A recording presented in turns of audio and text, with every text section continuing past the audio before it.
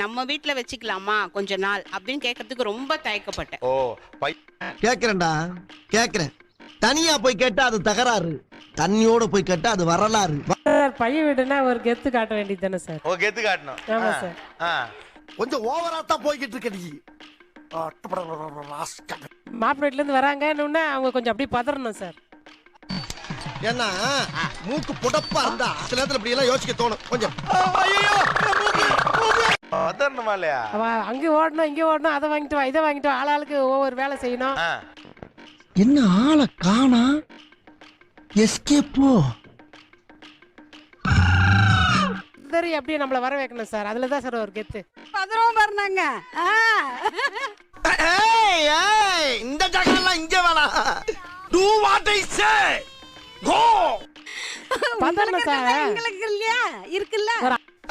இப்ப இப்ப இப்ப